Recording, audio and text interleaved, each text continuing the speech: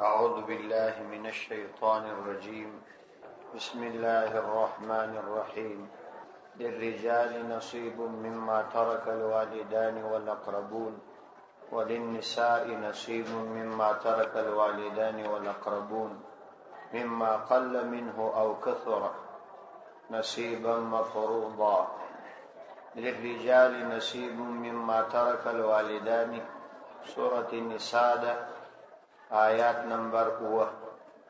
للرجال نارینو لره نصیب پوره حصه ده مما د هغه څه ترک الوالدان چې مور او پلار پرې ایښي، والاقربون او خپلوانو پرې ایښي، وللنساء او ښځو لره نصیب حصه ده مما د هغه څه ترک الوالدان چې مور او پلار پرې ایښي، والاقربون او قریبانو پرې ایښي، مما د هغه څه قل کلجب منه د هغه څه او کثر کډیر نصیبا مفروضا حصه د مفروضا مقرر. د دې آیات د مخکنیو آیاتو سره مناسبت دا دی چې د دې صورت د شروع څخه د انسانانو د حقوقو یو پر بل باندې تفصیلی یادونه روانه. نو د دې څخه کې آیات کې هم د یتیمانو د اموالو په ارتباط خبره وسوله، او دلته هم دا دی د ښځو او د یتیمانو او د عام انسانانو د حقوقو په ارتباط یادونه کې چې دا د میراث یو آیات دی. د دې آیات په شان نزول کې را نقل کړي دي چې یو صحابي چې اوس ابن ثابت نومې دی رضی الله عنه دا وفات شو. دا وفات کېدلو څخه وروسته د یو کوروالا دوی لونی او یو کوچنی زوی پاتې شو. د جاهلیت د زمانې یو رواج و. دا د جاهلیت د زمانې رواج دا و چې دوی داسې یو قانون وضع کړی و چې میراث یوازې هغه څوک وړلی شي چې هغه پر آس باندې سورلي کوای شي او هغه په جنگ کې مقابله کوي. د دې قانون په وضع باندې دوی یتیمان چې نابالغ و دا د میراث ایستلیو کاغو کار خبره ده چې په میراث کې شرکت نشي کوي، او بل یې شذي هم جنې ایستلی وي ځکه چې دا مشکاره خبره ده چې هغه په دې جنگ شرکت نشي کوي. نو میراث یوازې هغه کسانو ته ورپاته کېدی چې هغوی په جنگ کې شرکت کولای شوی او نارینه وای. نو د هغه قانون مطابق دغه اوس ابن ثابت رضی الله عنه دا کا زامن راولاړ شول. نو د ټول مال یو کور والا یې ورته ویل چې تاسو دغه مال د دوړي دا د دوی لونی دي د دغه سره هم تاسو نکاح وکړئ تر څو چې د هغوی سرپرستی هم ستاسو په غاړه او زه د مشکلاتو سره بېغمه شم. نو هغوی د دې څخه هم انکار وکړ. دا کوروالا یې نبی کریم علیه الصلاۃ والسلام ته راغلل او شکایت یې وکړ. پیغمبر علیه الصلاۃ والسلام ته چونکې حکم نو معلوم، نو یې ورته وویل چې ما ته اوس په حال حکم نه دی معلوم، او امید دی چې الله تعالی به د دې په ارتباط وحی نازل. نو دا آیاتونه نازل شو. په دې آیاتو کې لکه څنګه چې نارینه او ته حق ورکول شوی دی، په میراث کې دغه ښځو ته هم حق ورکول شوی. څنګه چې مشران حق وړي داسې کشران هم حق وړي. نو پیغمبر علیه الصلاۃ والسلام دغه آیات مطابق هغوی راوغوښتل او هغه مال ټول ځینې واخیستی او بیا یې د میراث د اصول مطابق تقسیم کړ. چونکه د میت یا مورث یو کوروالا پاته و، دوی لونی پاته وي، یوې زوی پاته، نو یې مال په اتو حصو تقسیم کړ. اتمه یې مور ته ورکړل او بیا یې مال پر دوه حصو تقسیم کړ، یوه حصه زوی ته او هغه بله حصه دوه خوندو ته. په دې طریقه باندې د اکا زامن هغه د میراث محروم شو، ځکه چې نږدې قریب راشي بعید قریب هغه محروم پاتې کیږي. نو میراث کې په دغه طریقه تقسیم کړي. نو په دې مبارکو آیاتونو کې الله تعالی د جاهلیت د زمانه یو غلط رواج دارت چونکه قرآنی اصول او قرآنی احکامات داسې نه دي چې یوازې تر هغه زمانی ارتباط درلود بلکې دا تر قیامت پورې د تمام انسانیت لپاره د اصل او قانون نو سم چې په کوم علاقو کې د میراث غیر شرعي طریقه ده هغه رد په دغه آیات باندې هیڅ اعتبار نه ده الله فرمایي للرجال نصیب د سړیو د پاره ک کوچنی وی کلو یا نوې نصیب حصہ مقرر ده مما ده هغه څه ترکل والدانی چې مور او پلار یې پریږدي یعنی د دوی د مور یا د پلار څخه وفات شي د مرګ پر وخت باندې والاقربون او نږدې قریبان یې پریږدي په میراث کې دا یو اصل او قاعده ده چې میراث هغه د قرابت پر اصول تقسیمیږي د احتیاج او ضرورت پر اصول نه تقسیمیږي یعنی د مثال په توګه ک قریب نږدې قریب وو دا قریبان درې قسم قریبان یو قرابت دا نسبی قرابت چې اولادونه دي پلار دي ورونه دي او یو دلیری دوستی قرابت دي اکا زامن دي د ماما زامن دي او خاله زامن دي ودا او بل دا د خیشی قرابت دي نو دغه قرابتو کې هغه قرابت چې میت ته ډیر نږدې وي اول د میت خپل اولادونه کوروالا او پلار او مور لونی دا کسان د دې میراث مستحق کړي په شریعت کې هغه کسان چې قران د هغوی د پاره حصے مقرر کړي لکه دا ورسته آیات کې بیا راځي ان شاء الله چې د مور د پاره حصہ مقرر ده د پلار د پاره مقرر ده د ورونو د پاره مقرر ده د کوروالا د پاره مقرر ده توای ذویل فروز ذویل فروز ځکه ورته وایي چې فرض حصے توای یعنی هغوی د حصو خاوندان دي قران تعین کړي او ورسته بیا یو بل طبقه په میراث کې راځي چې هغه عصبات بیا دغه قریبانو ته ویل کېږي چې دا نږدې قریبان عصب په عربي کې فلیه ته وایي یعنی نږدې قریبان وي چې دای په قوي کېږي او دریم بیا ذویل ارحام دي چې هغه زی رحمه محرم دي یعنی د دوه د هغه تر مابین حرمت د نکاح راغلي دا خپل اصول لري د میراث مستقل عمومي قانون دي او پیغمبر علیه السلام د میراث په ارتباط باندې دا فرمایي دي چې تاسو د میراث علم زده کوئ دا د میراث علم زده کوي ځکه زدا یو قسم چې د دنیا څخه تلون کوي او تر ټولو ژربه د میراث علم پورته شي نو د میراث علم ډیر مهم دی او ډیر اسانه تقریبا په 3 ورځو کې 4 ورځو کې چې سړی فارغ وکړي حتی په 2 ورځو کې لا هم ویلای شي آسان دی نو یو خدا چې میراث دا د قرابت پر اصول تقسیمیږي د احتیاج پر اصول نه تقسیمیږي زي مثال لته کله یو سړی زوی پاتې او دا زوی مالدار او دا زوی بیا مثلا زوی پاتې چې د دې کس مسیدی هغه ډیر غریب او محتاج نو میراث قانونا دا زوی وړي هغه مسیت نه پاتې کیږي ځکه چې دا تر هغه میت ته دا مورث ته چې میراث یې پرې ایښی هغه ته ډیر نږدې دي او بل په میراث کې د ملک جبری دی یعنی د الله تعالی د طرفه دا امر دی چې دا میراث باید تقسیم شي دا کله دغه خوشي کې نه خوشه د ورثو باید تقسیم شي کله وارث دا خوشي کې نه خوشه چې قبول کې د مال ګرځي البته چې د خپل مال واخستي قبضه کې راوستي بیا کې چا تخیرات او تقسیم او هغه بیا د کار خدا جبری دی دا بو اخ الله فرمای مما ترک الوالدان والاقربون وللنساء د شذ د پاره هم کچنی وی کلو یعنی نصیب حسد مما ترک الوالدان د هغه څه چې مور پلار پرې شي والاقربون او خپلوان پرې شي الله تعالی د دې شذ حساب صفا واضحه دوباره ذکر کړه که هم چې الله تعالی دا سی ویلې سوې چې للرجال والنساء نصیب د نارینه او شذ د پاره حساب لیکن د هر یو د پاره واضح وای تر سوچي د دې خبره رد وسی چې خلق ښځې د میراث محروم کړي.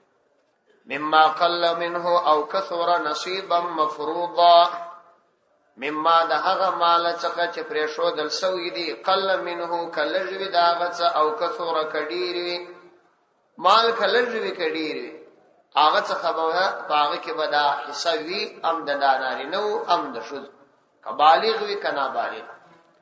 نو د دې څخه دا مسله رااله چې د میت ټول میراث تقسیمیږي. څوک چې مړ سو وفات سو او د وصیت نه کړي نو په درېمه د مال کې د وصیت نافذ بلل کیږي. ټول مال د که وصیت نه کړي دا تقسیمیږي. دا خبره غلطه ده چې دا د مندو اشتقه ده او دا څه شي ده، دا هیڅ ثبوت نه لري. دا غرانګه د میت د کالو څنیولې دا د غاړې کالی دا هم په میراث کې شامل. دا خیراتول او په میراث کې نه راوستل جائز نه دي، بلکې ټول میراث به تقسیمیږي او په دې کې ټول ورثه چې هغه حق لري هغه شامل، که کشران وي که مشران، که ښځې وي که نارینه وي، ټول په دې کې حق لري. او بل دا دی چې کله میت مړ سو د دې بدن څخه ساوتل بس د ملکیت نور ختم شو. د یو بزرګ واقعه ده چې د یو چا پښتنې ته ورغلی، نو هغه زکندن په حالت کې و چې کله وفات شو د څراغ فورن مړ، یو چاته پیسې ورکړې ول ورسه نور تیل راوړی او بل څراغ پیدا او ول دا ولي ول د مال نور ختم شو. دا د ورثو حق دی او د ورثو حق د هغوی د اجازه بغیر استعمال ول حرام او د اجازه امکان ستن، ځکه یو خو یتیمان پکښې کې دي کشران د هغوی اجازه معتبر او ځینې غایبین وي د هغوی اجازه ستن، او کوم څوک چې اجازه ورکړي دا به حسن ده معلومه، ځکه نو د اجازه هیڅ مجال هم نشته. بس دا یې طریقه نو یو کو به ټول مال تقسیمیږي. دا یې ده، بل فدی کې د خیرات کول هیڅ جواز نشته. مفتی محمد شفیع صاحب رحمت الله علیه معارف القرآن کې لیکلي دي چې ځینې کسان په دغه وخت کې خیرات کوي د میت د مال څخه، وای دا خیرات داسې دی لکه سړی چې یو ځای پیسې غلا کړي او بیا یې د یو چا دپاره خیرات کوي. دا مطلق حرام دی. بل دغه رنګه ځینې خلک راولاړېږي د دې میت دپاره یو قسم نوی شی رانیسي چې نوې پیاله و نوې ګډوه و، دا شیان چې دا د غسل دپاره برابر کړي دا جایز نه دي، ځکه چې کورني شیان په استعمال کې راتلی سي دا به نه استعمال. په ځینو علاقو کې دا رواج دی چې پر دې مړي سربیره یو ټوکر اوار کې در قبرستان چې وړي پر هغه باندې د آیات کرسي و دا شان لیکلي، نو دا رانیسي دا د کفن څخه نشمیرل کېږي، دا جایز نه دي، حرام دی. دا به سړی نه رانیسي، که رانیسي په خپلو پیسو دی رانیسي، د میت په پیسو به نه رانیسي. دا ځینې کسان مسله د دې کفن څخه بالابود راوباسي، کفن چې ورانه وي د میت دپاره بیا یو څه مسله ورڅه جوړي. په ځینو علاقو کې دا رواج دی، بیا چې کله هلته لمونځ ورکوي هغه مسله امام تور کوي، دا جایز نه ده. دا د میت په میراث کې راځي، دا د نورو حق دی، دا روانه ده، جایز نه ده. مفتی محمد شفیع صاحب صراحتا دا مسائل لیکلي دي. او ځینې کسان بیا راولاړېږي هغه بیا میلمانه راولي، مطلقا حرام دي میلمنو ته ډوډۍ د میت د مال څخه ورکول. میت ولاړی اوس دا د ورثو مال، که ته وایې چې ما اجازت کړي دي نو یتیمان کشران سته د هغوی اجازت معتبر نه، ځینې کسان غائب وي د هغوی اجازت معتبر نه، ستا اجازت ځکه نه دی معتبر چې ستا حصه نه ده متعین، ځکه نو دا جایز نه ده. ځینې خلک چې میلمانه راولي د هغوی دپاره د ډوډیو انتظام کوي، دا هېڅ جواز نه لري. بیا د دې دپاره درېیمه و څلرمه و پنځمه و اوومه و لومړی اختر و، دا به تر دغه لا پسې اشد حرام، ځکه هغوی په حرامه طریقه د خیر کار کوي. یعنی دوی 12مه او یا د مثال په توګه 40مه یا اوومه یا لومړی اختر د دینداري په خاطر باندې کوي، حالانکه دینداري نه ده، دا صریح بدعت دی او د بدعت دپاره بیا حرام کارونه کوي، نو دا نیکي برباد ګناه لازم ده. د دې څه ځان ساتل پکار. زموږ او ستاسو په علاقو کې بیا دا رواج دی چې د میت کالي دا اسې یو چاته ورکوي، دا جایز نه ده، دا د ټولو ورثو حق دی. دا باید د ټولو ورثو تر مابین تقسیم شي. بیا که هغه یو چاته د میت د طرفه خیراتول مخکې روانه ده چې دوی د میت کالی واخلي او یو چاته یې دغسې ورکړي، حتی یوه تڼۍ ورکول هم جایز نه. او چې د بدن څخه دا روح ووتي بیا د میت ملکیت نور ختم دی، په هیڅ شي کې د یوه نور ملکیت نه لري. نو الله فرمایي مما قل منه او کثر، که لږ وي که ډېر وي، دا ټول بس میراث دی او د ټولو په دې کې حق دی، هیڅ چاته د دې اعتبار نشته. او الله فرمایي نصیبا مفروضا مقرره حصه ده، یعنی دا د الله تعالی د طرفه ټاکل شوی حصه ده. په دې کې تغییر تبدیل ترمیم کمی او بیشي دا نسب شرات للی څنګه چې الله تعالی ویلي دي هغسې به وي، هغسې به ورکول کېږي. نو زموږ او ستاسو په علاقو کې په ځینو علاقو کې د میراث مسله، خصوصا دا په ښارو کې په صحراو کې د میراث مسله انتهایی سخته د پامه غورځېدلې. ځینې خلک بزرګي کوي، تقوا کوي، لیکن بیچارهګان په دومره لویو ګناهو کې واقع چې هغه تقوا مقوا ګرده په ختم شي، د سړي ټول اعمال په برباد شي. حدیث کې راځي لا ورع کلکف، تر ټولو لوی نیکي دا د سړي د ګناه ځان وساتي، هیڅ د نیکي بل عبادت دی نه کوي، فقط دا فرایض دي کوي، د ګناه ځان ساتي. دا تر هغه لوی ولی دي چې نفلونه او عبادت یې شروع کړي خو د نورو حقوق نه ادا کوي، دا تر هغه لوی ولی. نو اوس یو خو دا مسله ده چې څوک وفات سي، دا میراث چې د دی وفات شو دا د نورو حق دی، په دې کې د یتیمانو حق دی، په دې کې د ښځو حق دی، په دې کې د غایبینو حق دی. د دغه وخت څخه چې د بدن ساه ووتل دا د نورو حق دی. ځینې کسان په کلونو دا مال نه تقسیموي، په دې کې د یتیمانو مال راځي، بې ځایه مصرف راځي، په غلطو طریقو باندې مصرفېږي، په ودونو کې په میلمنو باندې. نو دا حرام عمل دی. ما خپل د یو بزرګ حالات لیدلی دي، اخښې وفات شو، نو د خور ورته ناسته، هغه ته ورغلی پوښتنې ته، لیکن د خور پر دغه کوربچو پر دغه غالۍ نه دی کښېنستی، هلته ډېرې پر وچه مځکه ورته کښېنستی، دعا یې ورته وکړه او دا یې ورته ویل چې په دې کې د یتیمانو حق دی او ستا د اجازت مطابق دا اجازت معتبر نه. نو دا ډېره مهمه مسله ده. بس موږ او تاسو ګوري ډېر کسان په بزرګۍ هم یو څه فخر کوو، کله عمرو ته روان یو، کله نور کارونه کوو، کله خیراتونه کوو، په سپیاول کې هم ولاړ یو، لیکن ډېرو مسایلو کې په ډېر لوی تاوان کې واقع. اول دا د میراث مسله ده. یو څوک وفات شي، 4-5 وروڼه دي، 6 وروڼه دي، دا په دې کور کې اوسېږي، کشران هم پکې، دا د دې ټولو در مابین مشترک مال، د دغه کشرانو مال تقسیمېږي، تقسیم شوی نه دی، دا مصرفېږي بې ځایه. واسطه میلمانه راولي، خو د دې مشترک کور څخه ته دا ډوډۍ ور برابره. آشه په دې کې د یتیمانو حق دی، دې کې د ښځو حق دی، د ګردو حق دی.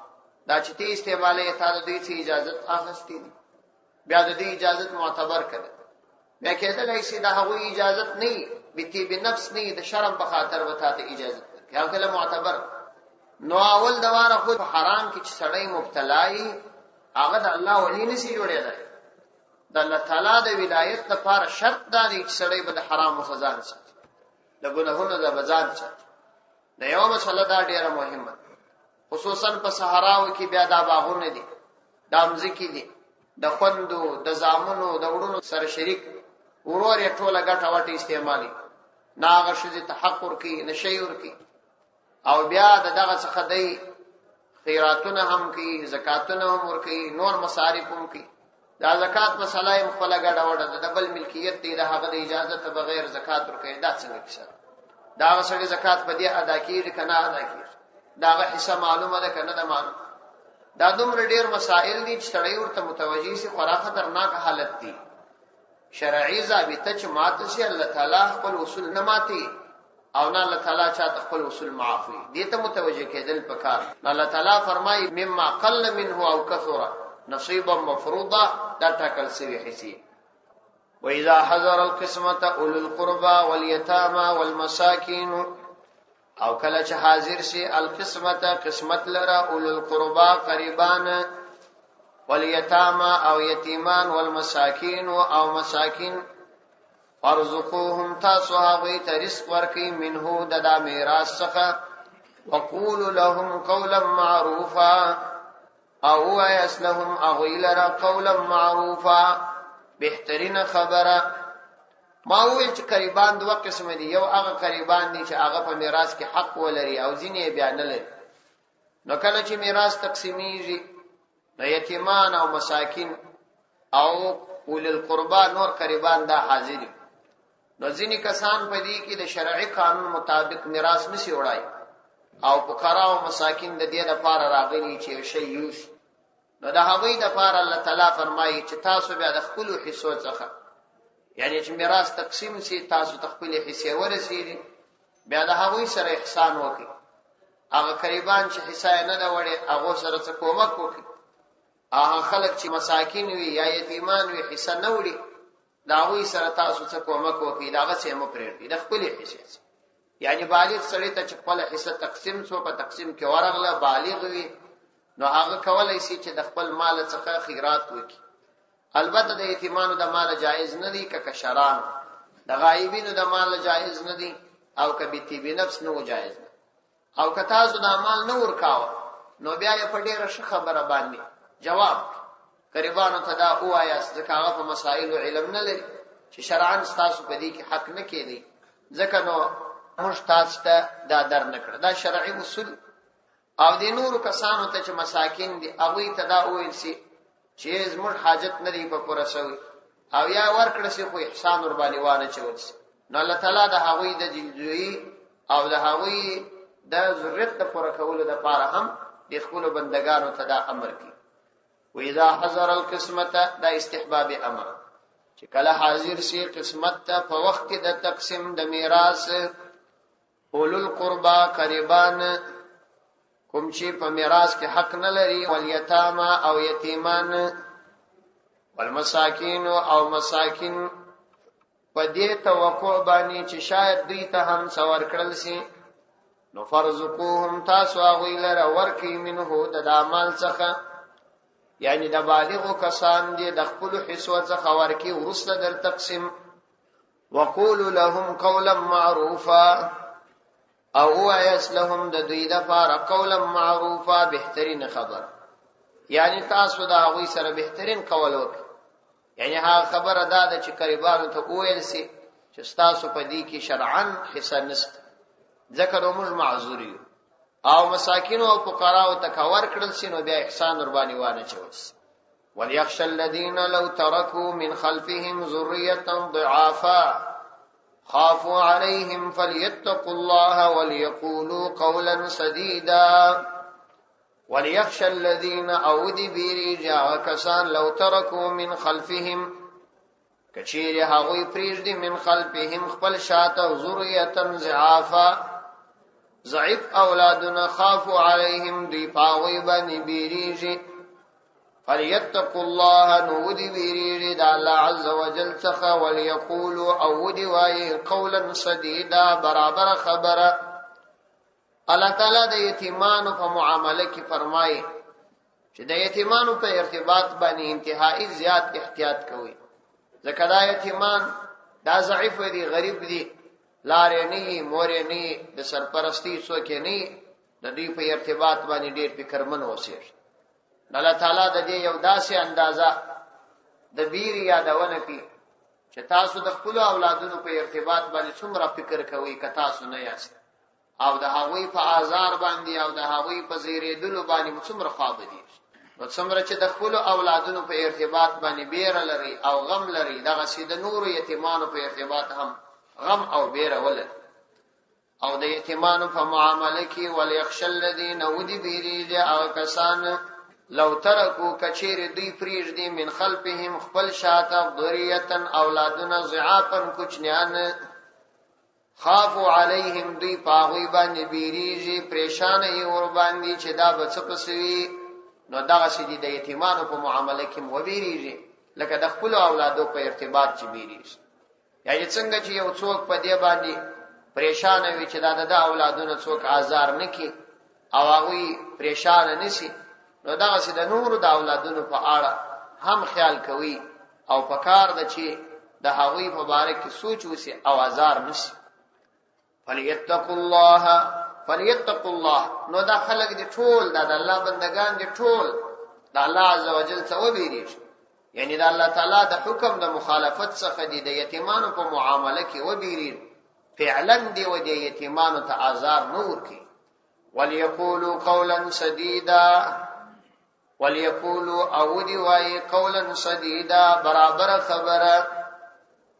خبره دی ورته وکی، یعنی پدې کې چې برابر خبره دی ورته وکی، پدې کې تسلی ده چې تاسو د یتیمانو ته تسلی ورکوي، تربیت وکړئ، او هم دې خبرې ته اشاره ده چې تاسو د هغوی د تعلیم او تعدیب خیال ساتئ.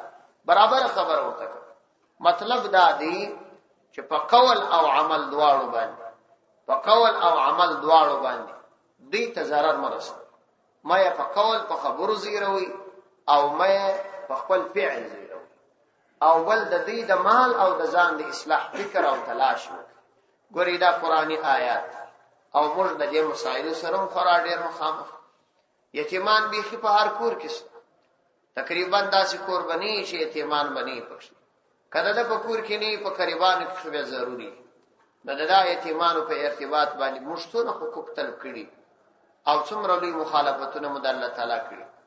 الله تعالی چې په بندگانو کوم حالت راولي، الله تعالی په هغه علم لري. موږ ته چې ځینې ډېرې عذابونه او یا ځینې پریشانۍ متوجي وي، په موږ کې ډېرې خامي، ځینې خلک ظاهري په یو ګناه اخته وي لیکن ډېر بیا ښه صفات پکښې. د مثال په توګه یو سړی به ظاهرا تاسې ویني شکل او صورت به د شریعت خلاف په یو داسې عمل باندې به اخته وي چې د ګناه عمل وي، خو د شخصي عمل وي، د نور حق نه تلپي، د یتیمانو په باره کې اخلاص لري، مخلص وي، د میت د مسائلو په ارتباط، د ستر په ارتباط، په دې شانو کې به اخلاص. نو اوس کدا سړی لمونځ نه کوي، نو نور به ښه صفات په دې کې شته چې الله تعالی دا غوښتو صفات په وجه د مصائب سره. یو سړی به ظاهري دینداري، تاسو به ویني شکل صورت به د دینداري په صف اول کې به ولاړ، لیکن د نور حقوق به تل کړی. دا ډیره خطرناک، یعنی هغه کس چې هغه خپل شخصي په یو ګناه اخته وي، ګناه د سړی باید ځان جنې وسه، لیکن کدا ګناه متعدی نه وي، د نورو د حقوق تلفول نه وي، دا دومره جرم نه دی لکه د نورو حق تلفول. ځکه د الله تعالی حقوق ضایع کړی دي. که یو ورځ الله تعالی ته په اخلاص متوجي سي او توبه وکړي، الله به معاف. لیکن دا بیچاره چې د نورو حقوق جنې طلب دي او د هغو حقوق یې در په در کړی دي او دای دا د ځان لپاره ګناه نه کوي، کوم ورځ به دې ته متوجي سي چې دا ما ګناه کړی، په دا صحراو کې، په دا بازارونو کې د څومره یتیمانو حق دا مشترک پاتې، او دا سرپرست کله دې شي ته متوجه شوی دي چې ما کې خود دې یتیمانو حق دی، ما دا ډوډۍ په میلمنو خوړلې ده، دا مې په نور خلکو خوړلې ده، دا بس ما د پاره څنګه مسله. یو وخت دې ته متوجه شوی دي چې دا ما ګناه کړی ده، زه باید د الله څخه استغفار وغواړم، نه دی متوجه شوی. نو پر ګناه چې سړی توبه نه کوي، الله نه معاف، ځکه دې بیچاره توبې ته نه دی متوجه شوی. نو دا ډیره مهمه مسله ده. په ځینو علاقو کې دا ډیر ښه صفات وي، دغه شی نه وي. اوس دا د هند په خلکو کې، دا سیده د پاکستان د کراچي په خلکو کې، په هغوی کې دا ډیر بهترین صفات چې وفات کسو څوک 2 ورځې هم بس میراث نه پرېښود، ګډې تقسیمات 2 ورځې هم نه پرېښود، لیکن تا به کتل ظاهري به شکل هم خراب وو، دا مانځه پابندي به هم نه وه پکښې کې، لیکن دا عمل بیا پکښې کې. اوس دا څومره بهترین عمل دی سړی کوي. په موږ کې به نورې دینداري شته، دغه کمزوري را پکښې کې، او دا تر هغه خطرناکې وجې دا د نورو د حقوق سره اړه، نو دې شي ته متوجه کېدل پکار. نو الله فرمایي فلیتقوا الله وليقولوا قولا سديدا، سدید قول دی وایي، برابر خبره دی کی، څوک دې نه زیری. ان الذين ياكلون اموال اليتامى ظلما انما ياكلون في بطونهم نارا ان الذين يقيننا وكسان ياكلون اموال اليتامى چې خوري مالونه د یتیمانو ظلما فظلم باندې، انما ياكلون في بطونهم نارا، نو هغوی خوري په بطونهم بخپلو نسونو کې نارن اور، وسيصلون سعيرا، او جردي چې ګرم دوزخ ته به داخل سي. ان الذين ياكلون اموال اليتامى، د یتیمانو په ارتباط باندې دا بل امر کی، چې د یتیمانو په ارتباط انتهایی زیات فکر کوي. یقینا هغه کسان یاکلون چاغخوري اموال الیتاما د یتیمانو مالونه ظلمن په ظلم باندې. ولی مخکې مسله تیر اوس وکتا د یتیمانو سرپرستی کول او خپل سرمایه دي نه درلودل، نو بیا ستاسو ضرورت په اندازه د هغوی د مال څخه چې سرپرستی کوي هغه ستا حق الخدمت په اندازه باندې خوراک جائز دی. مخکې هغه آیات کې دا مسله اول ورستیه. نو الله فرمایي چې ظلم په ظلم باندې یعنی احتیاط نه پکښ کی په ظلم یې خوري. دغه کسانو د پاره دا سزا ده چې انما یاکلون فی بطونهم، یقینا دوی خوري فی بطونهم په خپل نسونو یعنی داخلوي په خپل نسو نارن. دلته یاکلون کلمه استعمال ځکه د مال د خړول د پاره عام طور په یو اصطلاح ده چې خړل کیږي. معنا یې دا نه ده چې یوازې د خوراک په صورت کې مدا سزا ده. کې به ځای استعمال کې کالی جنې جوړ کړ کورې په جوړ کې بل کار یو کې هم دا سزا ده. خدای اصطلاح ده چې موږ تاسو وایي سودخور نو قسم د سود معاملې کې خپل نه خوري خو هم د سود په معاملې کې کو شریک دی. دا یو اصطلاح ده. پیغمبر علیه الصلاۃ والسلام څخه په دې ارتباط احادیث هم راغلي. یو حدیث کې راځي نبی کریم علیه الصلاۃ والسلام فرمایي کوم سړی چې د یتیمانو مال خوري د قیامت پر ورځ به د قبر څخه په داسې حال کې راپورته شي الله دې موسی چې نسب یې د اور ډکوي او د دې اور لمبې به تر خوله تر سترګو او تر غوږو راوتلي او د حشر میدان ته په داسې وخت کې راشي. او یو بل حدیث کې راځي پیغمبر علیه السلام فرمایي چې یو کس به د قیامت پر ورځ باندې د حشر په میدان کې او تر خوله به یو تیز لمبه راوځي. صحابه کرام پوښتنه وکړه چې دا به څوک وي؟ نبی کریم علیه السلام ورته فرمایل چې الذين یاکلون الیتاما ظلما، هغه خلک دي چې د یتیمانو مالونه په بې انصافۍ باندې خوري، د یتیمانو د مال په ارتباط فکر نه کوي. او بل حدیث کې راځي پیغمبر علیه السلام فرمایي احرجو مال ضعفین المرأة والیتیم، زه د هیڅ د مال په ارتباط دومره زیات کوشش نه کوم لکه څومره چې د دې دوه ضعیفینو د دې دوه ضعیفو انسانانو د مال په ارتباط زیات کوشش کوم. المرأة چې ښځه ده والیتیم یتیم، ښځه هم ضعیف مخلوق دی او دا غرنګ دا یتیم هم ضعیف مخلوق دی. د دې په ارتباط به زه ډېر فکر کوم او تاسو ته دا وایم چې دغه دواړو په ارتباط باندې خیر خوشیر. پیغمبر علیه السلام وايي په تاسو کې تر ټولو بهترین انسان هغه دی چې هغه د خپل کوروالاو سره د خپل شذو سره بهترین اخلاق ولري او تر ټولو ښه گزاره وسره وکړي او داسې د یتیمانو سره. نو الله تعالی دا دې دلته موږ او تاسو د دې شی په ارتباط باندې کلک منع کړی. وسيصلون سعيرا، جردي چاوي به جهنم ته داخل سي. یعنی دا عذاب چې موږ دې ته ورکوو چې نسونه به د اور ډک، دا داسې څلیری خبره نه ده چې دوی به دا فکر کوي چې دا به ډېره لري خبره، بلکې جردي جهنم ته به داخل سي. یعنی دا انجام په خپل سترګو باندې وویني. نو الله عزوجل دې موږ او تاسو د داسې بدو اعمالو څخه وساتي، د نیک صالح اعمالو توفیق دې الله نصیب کړي. صدق الله العظیم.